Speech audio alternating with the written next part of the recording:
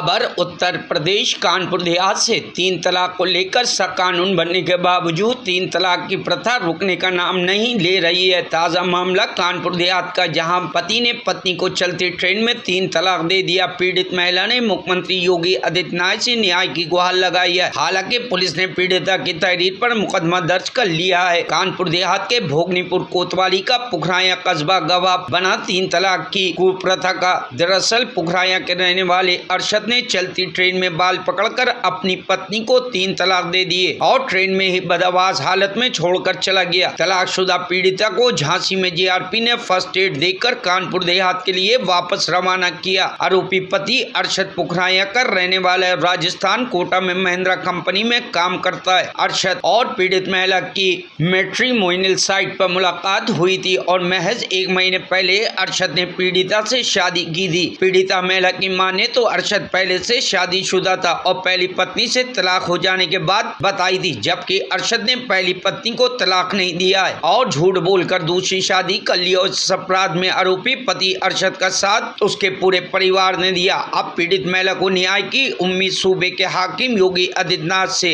उसने योगी आदित्यनाथ से फरियाद की है। वहीं 3 तलाक मामले पीड़िता महिला की तहरीर पर पुलिस ने भोगनीपुर कोतवाली में मामला दर्ज कर लिया है और आगे जांच के बाद कार्रवाई की बात कह रही है। सरकार द्वारा 3 तलाक को लेकर सख्त कानून बनाए जाने के बावजूद 3 तलाक के मामला रुकने का नाम नहीं ले रहे हैं। जरूरत है 3 तलाक देने वाले महिलाओं की जिंदगी बर्बाद करने वाले लोगों पर प्रभावी कार्रवाई किए जाने की, जो 3 तलाक देने की सोचने वाले लोगों के लिए नजीर बने। मेरा नाम अफसाना खान है और मैं कोटा की रहने वाली हूँ। मेरी शादी 12 जनवरी मोहम्मद अरशद के साथ हुई, जो कि टेक महिंद्रा में एस नेटवर्क इंजीनियर जॉब करते हैं। उनकी लोकेशन गुरुग्राम है, पर वो वर्क फ्रॉम होम करते हैं तो वो भोपाल से काम करते हैं। शादी के बाद अरशद और मेरी ज़िंदगी शुरू हुई और 18 तारीख जब हम सारा सामान लेने के लिए गए घर का, तो अरशद ने वहाँ पे जाके मेरा कार्ड स्वाइप किया और उसको लिखा कि तुम्हें इसका पैसा तुम्हें ही भरना पड़ेगा, मैं नहीं भरूँगा। ये सब सारी चीज़ें जब मैंने देखने लगी और मैंने अपनी सास से इस चीज़ के लिए बात किया, तो उन्होंने कहा लड़की अपने घर से कुछ तो सामान लेकर के आती है, तुम तो खाली हाथ आ गई। फ़कीर भी अपनी बेटी को कुछ न कुछ तो देते ही है, तुम्हें तो कुछ भी नहीं दिया गया। मुझे ये समझ में नहीं आ रहा कि लड़कियों को इस तरीके से क्यों प्रताड़ित किया जाता है, क्यों इस तरीके से परेशान किया जाता है। मुझे ये समझ नहीं आया।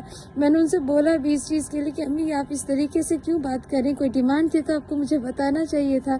सारी सिचुएशन जब घर में प्रॉब्लम होने लगी, उसके बाद मेरे भाई भाभी आए और वो मुझे कोटा लेकर के चले गए।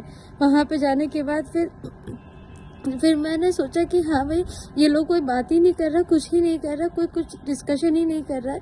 उसके बाद जब मैंने राब्ता करने की कोशिश की, तो राब्ता करने में जब इन लोगों ने मुझे कुछ नहीं बताया, तो इनकी जो पहले शादी हो रखी थी, तो उस शादी में मैंने बात किया कि इनकी क्या तलाक हुई भी है या नहीं हुई, तो पता चला कि उनकी तलाक भी वहाँ से नहीं हुई है। वहाँ से उनकी शादी ऑलरेडी वो भी चल रही थी और इन्होंने झूठ बोल करके मुझसे यहाँ पे शादी की।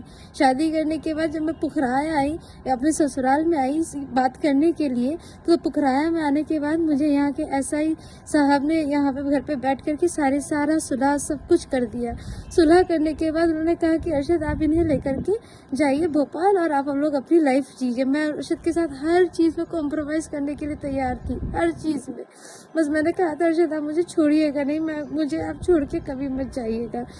मैं हर चीज़ में कॉम्प्रोमाइज़ करने के लिए तैयार थी। अरशद और हम लोग कल सुबह ट्रेन में बैठे पुखराया से भोपाल के लिए। अरशद ने जनरल का टिकट लिया, जनरल कोटा का, वो हम लोग उसमें बैठे, हम लोग गए। मुझे 1-1.5 घंटे के बाद टॉयलेट आई हम पहुंचे ही थे। मुझे टॉयलेट आई, मैंने कहा अरशद आप ज़रा सामान देख लीजिएगा, और मैं टॉयलेट करने के लिए गई तो वो पीछे अपना सामान, अपना बैग उठा करके लेते हुए आ गए और बैग लेकर। तो मैंने पीछे मुड़ के देखा, अरशद आप कहाँ जा रहे हो? तो कहने लगे कि तुम कहाँ जा रही हो? मैंने बोला मैं तो टॉयलेट करने जा रही हूँ, बताया ना आपको कि मैं तुझे नहीं रखूँगा, मुझे तुझे नहीं रखना, ना मैं तुझे साथ रहूँगा, ना मैं तुझे अपने पास रखूँगा, और तू मेरी ज़िंदगी से चली जा, तू अपने घर जा, मैं अपने घर जा रहा हूँ। और मेरा बाल पकड़ के उन्होंने नोचा और बोला कि मैं तेरे साथ नहीं रहूँगा, मैं तुझे तलाक देता हूँ, तलाक देता हूँ, तलाक देता हूँ। मैंने कहा अरशद अभी ये सब बात मत करो, ये सब बात करने का ये अभी कोई टाइम नहीं है, अभी हम ट्रेन में हैं, अभी हम भोपाल चलते बैठ के बात कर लेते। ऑलरेडी सारी लिखा पढ़ी करके हम आए हुए हैं, तो अभी भी ये बात करने का कोई तरीका नहीं है। इस तरीके से मैं टॉयलेट कर आती हूँ, फिर अपन बात करते हैं। मैं बाथरूम गई, बाथरूम से बाहर निकली, अरशद गायब हो गया अपना बैग लेकर के। मैंने पूरा ट्रेन ढूंढा, सब कुछ ढूंढा। मैंने आरपीएफ को कॉल किया, आरपीएफ ने मुझे मेडिकल ट्रीटमेंट दिया। आरपीएफ ने मुझे झांसी में उतारा, झांसी में अरशद को ढूंढा, अरशद कहीं नहीं मिले। फिर उसके बाद आरपीएफ ने मुझे झांसी से बिठाया पुखराया के लिए, और फिर मैं पुखराया पहुंची। मैं गुहार करती हूँ यूपी से, मैं गुहार करती हूँ योगी आदित्यनाथ जी, मैं आपसे गुहार करती हूँ कि लड़कियों की जिंदगी क्या इतनी आसान है। कोई भी आए, कोई भी इस्तेमाल करे, कोई भी छोड़ के चला जाए, कोई भी तलाक देते, ये किस तरीके की जिंदगी है। मैं आपसे रिक्वेस्ट करती हूँ कि आप इनको कड़ी से कड़ी सजा दें जो लड़कियों की ज़िंदगी ख़राब करते हैं। इसने पहले भी एक लड़की की ज़िंदगी ख़राब की, उसने फिर मेरी ज़िंदगी भी ख़राब कर रहा है, और इसमें सारा इनका घर वाले इसमें पूरा का पूरा साथ दे रहे हैं इस चीज़ के लिए। मैं आपसे रिक्वेस्ट करती हूँ कि आप प्लीज़ आप इस सब चीज़ों को देखिए। मैं गुहार करती हूँ कि लड़कियों की ज़िंदगी को सेव कीजिए, ये तलाक जैसी चीज़ को दूर कर दीजिए, प्लीज़ दूर कर दीजिए, लड़कियों की ज़िंदगी को बचा लीजिए। आप सभी को अवगत कराना है कि एक महिला जो कि मूल रूप से राजस्थान की रहने वाली है तथा जिसका विवाह मोहम्मद अरशद पुत्र नफीसुल हसन निवासी कस्बा पुखराया थाना भोगनीपुर जनपद कानपुर देहात के साथ हुआ था, ने थाना भोगनीपुर पर उपस्थित आकर के एक लिखित प्रार्थना पत्र प्रस्तुत किया, जिसमें उसके द्वारा अपने पति व ससुराल पक्ष के लोगों द्वारा दहेज हेतु प्रताड़ित किए जाने व अपने पति मोहम्मद अरशद द्वारा 3 तलाक दिए जाने संबंधी कतिपय आरोप अंकित किए गए थे। उक्त प्राप्त तहरीर पर थाना भोगनीपुर पर मुकदमा अपराध संख्या 138/24 पंजीकृत किया गया है। अभियोग उपरोक्त विवेचनाधीन है, जिसके संबंध में पुलिस अधीक्षक महोदय द्वारा संबंधित अभियोग का शीघ्रातिशीघ्र विधिक आधारों पर निस्तारण किए जाने हेतु संबंधित विवेचक को निर्देशित किया गया है। अन्य सभी वैधानिक कार्यवाहियां प्रचलित हैं। Bureau report, news hub Bharat.